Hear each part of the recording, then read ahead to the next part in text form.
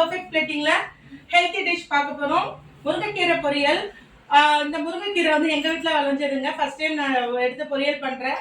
எப்படி செய்து பார்க்கலாம் வாங்க. முருங்கைக்கீரை வந்து பறிச்சு நல்லா க்ளீன் பண்ணி கழுவி வச்சிருக்கேங்க. ரொம்ப பேர் முருங்கைக்கீரை கழுவ மாட்டாங்க, பட் கழுவி போய் யூஸ் பண்ணால் நல்லது. ஏன்னா எப்படியும் அதில் தூசி இருக்கும். ரெண்டாவது வந்து அதனோட தேவையான பொருட்கள், நான் வந்து ஆனியன், பெரிய ஆனியன் ஒன்று கட் பண்ணி வச்சுருக்கேன். கடுகு கொஞ்சம், ஆனியன் ஒன்று, அப்புறம் வந்து காஞ்ச மிளகாய் ஒரு 5 எடுத்திருக்கேன். தேங்காய், பூண்டு, சால்ட்டு, அரிசி. இந்த அரிசியை வறுத்துட்டு காஞ்ச மிளகாவும் சேர்த்து வறுத்து தாங்க செய்ய போகிறோம். எப்படி செய்யறது பார்க்கலாம் வாங்க.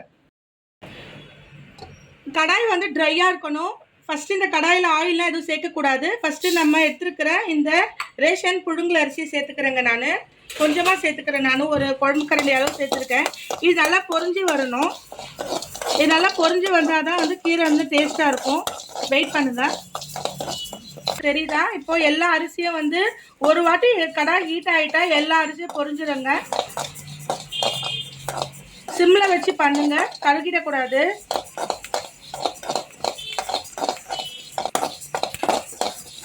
நல்லா பொரிஞ்சிடுச்சு. நான் கடாய் ஆஃப் பண்ணிக்கிறேன்.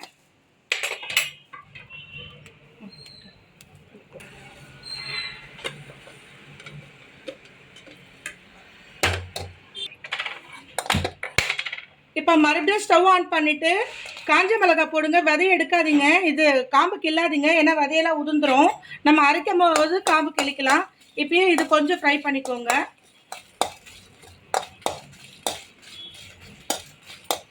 இப்போ இந்த அரிசியோட இந்த காஞ்ச மிளகாவையும் சேர்த்துக்கலாம். இது அப்புறமா அரைச்சிக்கலாம். நம்ம கடாய் ஹீட்டாக இருக்கும் போதே நம்ம ஒரு 1.5 டேபிள் ஸ்பூன் ஆயில் சேர்த்துக்கலாம். ரொம்ப தேவைப்படாது. ஆயில் ஹீட் ஆனவுடனே கடுகு போட்டுக்கலாம். ஆமாம்மா, கடுகு நல்லா பஸ்ட் ஆகிட்டு இப்போது ஒரு பெரிய ஆனியனை நான் கட் பண்ணி வச்சுருக்கேன் இல்லையா, அந்த ஆனியனை நல்லா போட்டு சாட்டை பண்ணிக்கோங்க. சால்ட் இப்போ போட வேண்டாம், ஏன்னா கீரை வந்து வதங்கும் போது கம்மியாகிடும். அந்த டைம் நம்ம போட்டுக்கலாம். அதிகமாக போட்டால் கீரை வந்து உப்பு கறிக்குங்க. கீரை எப்போ வதக்கினாலும் அது வந்து சுருங்கி போயிடும். அதனால அந்த டைமில் நம்ம சால்ட் போட்டுக்கலாம். இப்போ வந்து லைட்டாக டிரான்ஸ்பரண்ட் கலர் ஆகிட்டு இப்போ 1/2 டம்ளர் தண்ணி ஊற்றிக்கலாம். ஆஃப் வேண்டாம், 1/4 டம்ளர் கூட ஊற்றிக்கலாம். ஏன்னா கீரை சீக்கிரம் வெந்துடும். நான் பாருங்கள் அதுவே கொஞ்சம் நிறுத்திட்டேன். 1/4 டம்ளர் தான் ஊற்றிருக்கேன்.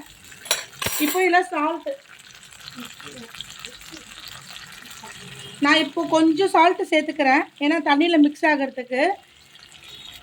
பிகினர்ஸ் இருந்தால் கீரை வந்து சுருங்கும் போது போட்டுக்கோங்க. நான் பழகியாச்சு, அதனால நான் முன்கூட்டியே சேர்த்துக்கிட்டேன். நான் அது நல்லா இந்த தண்ணியோட மிக்ஸ் பண்ணிவிட்டு இப்போ நம்ம அலசி வச்சுருக்கோம் இல்லையா கீரை, அது இதில் போட்டுடலாம். இப்போ இந்த கீரை வந்து நல்லா நான் அலசி வச்சுருக்கேன் தூசி இல்லாமல். இந்த கீரையை நல்லா வாஷ் பண்ணி போட்டுருக்கலாம். நல்லா தூவி விடுங்க. அந்த தண்ணியோட நல்லா மிக்ஸ் பண்ணுங்க. கீரை நம்ம வீட்டில் விளைஞ்சதுங்க. இப்போ இது நல்லா சாட்டை பண்ணிக்கோங்க. இப்போ பாருங்கள் கீரை சுருங்கிடும். அதுக்கு தான் சால்ட் இந்த டைமில் பிகினர்ஸ் போட்டிங்கன்னா கரெக்டாக இருக்கும். 1/4 ஸ்பூன் போதும் கீரைக்கு மட்டும் சால்ட்டு. இப்போ அது இந்த சூடுலேயே வதங்கிடும். நம்ம அந்த இது பவுட்ரு பண்ணி கொண்டு வந்துடலாம். லிட்டு போட்டு மூடிடுறேன், ஏன்னா வதங்கணும். அப்போ தான் இந்த ஹீட்லேயே வதங்கிடும். வாங்க நம்ம பவுடர் பண்ணலாம். இப்போ பாருங்கள், நம்ம பொரிச்சு வச்சுருக்கிற இந்த அரிசியை நல்லா இது இந்த மாதிரி ட்ரையாக இருக்கிற மிக்சியில் தான் போடணும், தண்ணி இருக்கக்கூடாது. இப்போது நான் இதில் கொட்டிக்கிறேன். இந்த அரிசி பொரி அரிசியை கொட்டிக்கிறேன். இப்போ இந்த மிளகாயோட காம்பு வறுத்து வச்சுருக்கோம்ல, அந்த மிளகாயோட காம்பை வந்து நம்ம எடுத்துக்கலாம். அப்போ தான் அந்த சீட்ஸ் எல்லாம் நம்மளுக்கு வேஸ்ட் ஆகாது. நான் 4 போட்டிருக்கேன், போதும். இப்போ இதை நான் பவுட்ரு பண்ணிக்கிறேன். பவுட்ரு பண்ணியாச்சு. இந்த அளவுக்கு கோஸாக இருந்தால் போதும். நான் வேறு தட்டில் ட்ரான்ஸ்ஃபர் பண்ணிட்டேன்ப்பா. இப்போ தேங்காய் இருக்குது பார்த்தீங்களா, அந்த தேங்காய் வந்து நான் ஒரு சின்ன சின்ன பீஸாக அரைஞ்சி வச்சுருக்கேன். 2 10 தேங்காய் இது. இதிலே நாம் என்ன பண்ணணும், தோல் இருக்கிற பூண்டு ஒரு 4 சேர்த்து இதை கொஞ்சம் கோஸாக அரைச்சி வச்சுப்போம் அதே ஜாரில்.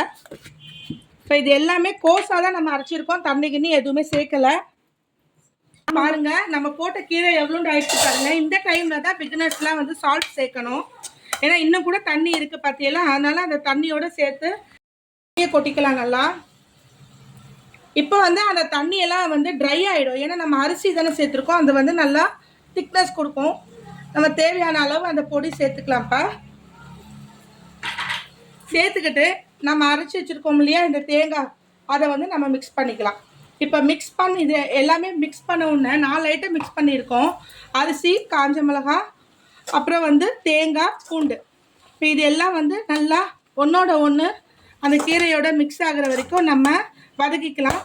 இதில் வதக்க முடியலன்னா இப்படி திருப்பி வச்சு இந்த காம்பில் கூட இந்த கைப்பிடி இருக்குது பார்த்தீங்களா, இந்த ஹேண்டிலில் கூட நீங்கள் இந்த மாதிரி குழம்பு கரண்டியை பிடிச்சிக்கோங்க. பிடிச்சி கிரிப்பாக இருக்கும். இப்படி பிடிச்சிட்டு இப்படி கூட நீங்கள் ஒன்று ஒன்றா பிரித்து விட்டுக்கலாம். நீங்கள் அதே கரண்டியை திருப்பாதீங்க, சூடும். வேறு கரண்டி எடுத்துக்கோங்க. இது கொஞ்ச நேரம் வதங்கட்டும். நம்ம அரிசி போட்டிருக்கிறதுனால இது நல்லா வந்து ட்ரையாக ஆகிடும். இன்னும் கொஞ்சம் நேரம் வெயிட் பண்ணி பார்ப்போம். இதனோட மேக்ஸிமம் டைம் 10 மினிட்ஸ்.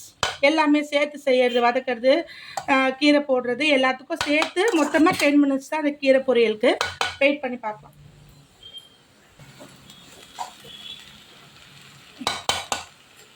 இன்னும் ஒரு 3 மினிட்ஸ் மூடி வைக்கிறேன்.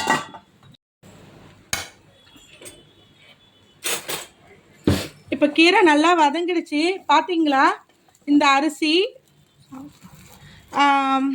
காஞ்ச மிளகா, தேங்காய் எல்லாம் போய் மிக்ஸ் ஆகி கீரை நல்லா சூப்பராக வந்திருக்கு. நல்லா அரிசி பொரியணும், அதுதான் முக்கியமானது.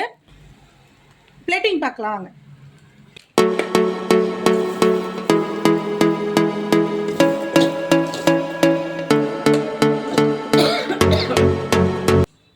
இந்த கீரையில் ஒரு ஹைலைட் இருக்குது.